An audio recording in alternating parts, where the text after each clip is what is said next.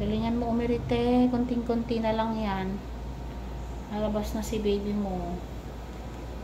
Si mami, pangatlong baby na niya yan.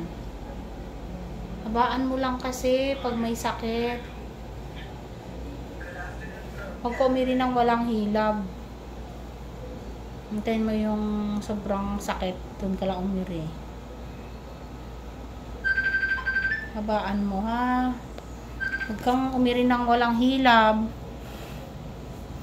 Dapat diretso lang mahaba ha.